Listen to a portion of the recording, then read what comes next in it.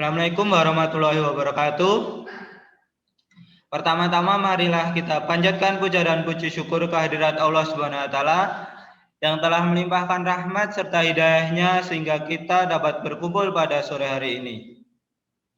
Yang saya hormati Bapak Okta selaku dosen Ilmu Sosial Budaya Dasar dan teman-teman Pendidikan Teknik Mesin 2018 yang saya banggakan. Di sini kami akan mempresentasikan hasil review jurnal kami yang berjudul Konflik dan Kontestasi Penataan Ruang Kota Surabaya. Selanjutnya yaitu perkenalkan anggota kelompok kami. Yang pertama yaitu Devangga Rizky Fardana dengan NIM K2518010. Yang kedua yaitu Khalid Setiawan dengan NIM K2518031. Yang ketiga yaitu Luhman Hakim Asidik dengan NIM K2518034. Dan yang terakhir saya sendiri Muhammad Ridho Ilham Asari dengan NIM K2518046. Selanjutnya identitas jurnal yang kami review. Jurnal ini diterbitkan pada tahun 2015 dengan judul Konflik dan Kontestasi Penataan Ruang Kota Surabaya. Jurnal ini ditulis oleh Ibu Siti Aminah dan bersumber yaitu Jurnal Sosiologi. Selanjutnya yaitu metode penelitian. Metode penelitian pada jurnal tersebut ada dua metode. Yang pertama yaitu melakukan observasi secara langsung. Yang kedua yaitu melakukan wawancara mendalam dengan aktor-aktor yang mewakili pemerintah. Metode pertama yaitu melakukan observasi langsung dengan ruang-ruang yang sudah beralih fungsi. Melakukan observasi langsung dengan cara mempelajari dokumen UU nomor 26 tahun 2007 tentang penataan ruang. Yang selanjutnya yaitu mempelajari Perda RT/RW nomor 3 tahun 2007 tentang RT/RW Kota Surabaya. Dan yang terakhir yaitu mempelajari rancangan peraturan daerah tata ruang Kota Surabaya yang sudah disahkan DPRD Kota Surabaya tahun 2012 tetapi belum dapat diundangkan. Metode yang kedua yaitu wawancara mendalam dengan aktor-aktor yang mewakili pemerintah. Aktor-aktor yang mewakili pemerintah yaitu yang pertama Bidang Perencanaan dan Pembangunan Kota Surabaya, Bapeko Surabaya. Yang kedua yaitu arsitek tata ruang. Yang ketiga yaitu akademisi. Yang keempat yaitu praktisi tata ruang. Dan yang terakhir mewawancarai masyarakat Kota Surabaya. Ini kita akan membahas tentang permasalahan yang ada di Kota Surabaya yang kita dapat dari jurnal tersebut. Permasalahan yang pertama yaitu adalah permasalahan praktik penataan ruang di Kota Surabaya yang telah menimbulkan kontestasi dan konflik dengan melibatkan beberapa aktor. Nah, yang jadi pertanyaan, kok ruang bisa jadi rebutan ya?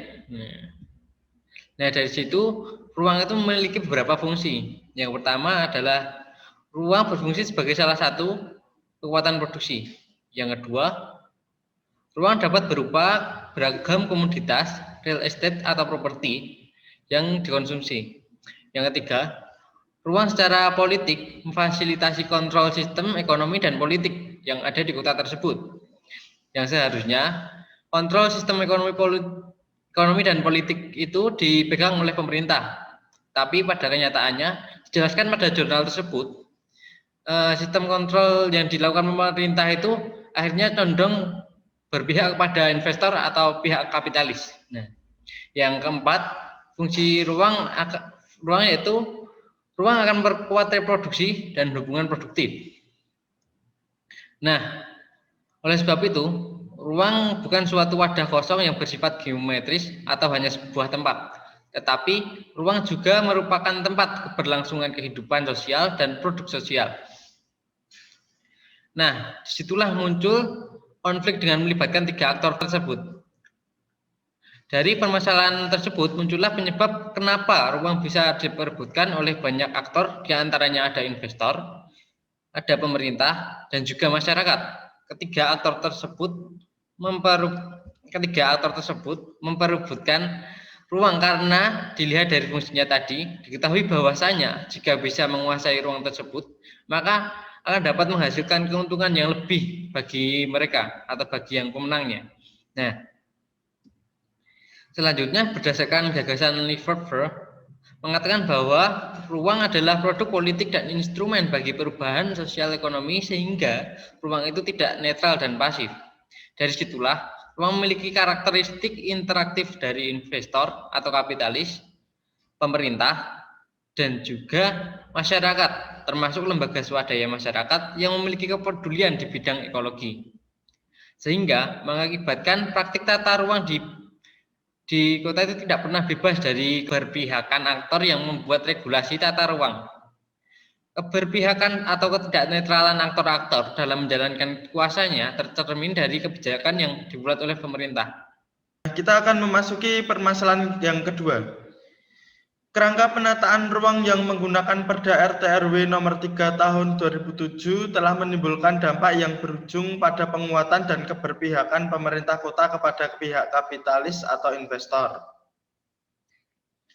Argumentasi Harvey yang digagas oleh Castells tahun 1977 bahwa struktur perkotaan dan konsepsi tentang bentuk-bentuk perkotaan secara sosial dihasilkan dari struktur ekonomi politik yang lebih besar guna melestarikan kepentingan kelas dominan. Kelas ini memiliki ideologi yang diciptakannya sendiri untuk keberlangsungan kapitalisme industrial. Pada konteks ini dapat ditafsirkan bahwa dalam struktur perkotaan itu ada sesuatu ideologi yang diciptakan dan diperjuangkan untuk kepentingan kapitalisme. Praktik penataan ruang di kota Surabaya. Di praktik penataan ruang Surabaya terjadi konflik karena adanya permainan yang dilakukan pemerintah dengan membuat regulasi yang menguntungkan pemerintah untuk menarik investor. Seperti halnya pada implementasi Perda yang berjalan dengan tidak konsisten karena Pemkot Surabaya melakukan interpretasi atas konsep jalan tol tengah, kawasan lindung hutan mangrove, ruang terbuka hijau, dan sebagainya. Beberapa bentuk inkonsistensi implementasi Perda menjadi bagian dari praktik tata ruang yang menampakkan wajah Pemkot Surabaya yang cenderung berpihak kepada kekuatan kapitalis atau investor. Selanjutnya, kita akan melihat lebih dalam lagi implementasi Perda yang berjalan dengan tidak konsisten berdasarkan realitanya. Yang pertama tentang ruang terbuka hijau atau RTH. Nah, Undang-Undang Penataan Ruang itu membahas tentang persentase ruang terbuka hijau atau RTH dengan setidaknya batas minimalnya yaitu 30%. Rinciannya 20% dari pemerintah, 10% dari pihak swasta. Maka ruang terbuka hijau idealnya yaitu 30% dari total wilayah tersebut. Akan tetapi realitanya ruang terbuka hijau Pemkot Surabaya sampai tahun 2012 hanya sebesar 26% saja dari wilayahnya. Maka dari situlah kita ketahui bahwasanya ketidakmampuan Pemkot Surabaya untuk memenuhi tuntutan dari masyarakat untuk meminta ruang terbuka hijau yang sudah dialihfungsikan untuk kepentingan yang lain. Yang kedua yaitu tentang kawasan lindung mangrove. Nah, Pemkot Surabaya membuat regulasi untuk menentukan jarak minimal kawasan lindung mangrove dari tepi pantai atau tepi laut yaitu sepanjang 338 meter. Dan Pemkot Surabaya juga berencana untuk mengembalikan keberadaan hutan lindung mangrove dengan cara melakukan reboisasi. Akan tetapi realitanya sebagian kawasan yang ada di Gunung Anyar dan juga di Pamurbayan itu sudah menjorok ke laut. Nah, Pemkot Surabaya juga lalai untuk melakukan reboisasi di pesisir pantai timur karena realitanya Pemkot Surabaya hanya melakukan reboisasi sepanjang 100 meter saja dan itu pun tidak dilakukan pada semua kecamatan di pesisir pantai timur tersebut. Ketika Pemkot Surabaya ingin melakukan reboisasi kembali, ia tidak memiliki kekuasaan atau wewenang karena kawasan lindung tersebut sudah dijual kepada pengembang atau investor. Yang ketiga yaitu tentang konsep pembangunan jalan. Rencananya Pemkot Surabaya menyatakan bahwa pembangunan jalan Ring Road Timur dan Ring Road Barat tidak mengorbankan masyarakat miskin dengan cara menggusur dan merelokasikannya dan sebagainya. Akan tetapi realitanya masyarakatlah yang merupakan pihak yang ditaklukkan dan kehilangan haknya untuk memanfaatkan ruang tersebut. Nah, dari sini kita bisa lihat kegigihan Pemkot Surabaya untuk melakukan pembangunan jalan Ring Road Timur dan Ring Road Barat di pinggiran kota Surabaya ini adalah keberpihakannya kepada kapitalis atau investor.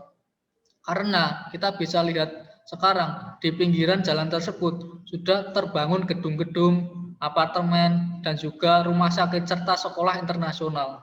Nah, solusi konflik dan kontestasi penataan ruang Surabaya itu ada dua. Yang pertama, perlunya penegasan hukum bagi seorang yang melanggar tata ruang. Nah, dengan adanya penegasan hukum tersebut, diharapkan tidak adanya perebutan bagi aktor-aktor, baik masyarakat, pemerintah, dan juga investor, untuk menguasai wilayah atau tata ruang tersebut.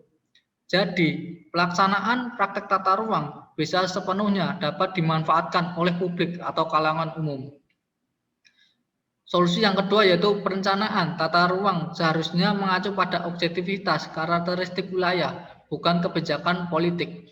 Nah, yang dimaksud dengan objektivitas karakteristik wilayah sendiri yaitu perencanaan tata ruang yang seharusnya mengacu pada fakta dari karakter atau ciri khas wilayah tersebut, sehingga hal itu akan membuat pemanfaatan lahan itu lebih produktif dan juga lebih maksimal.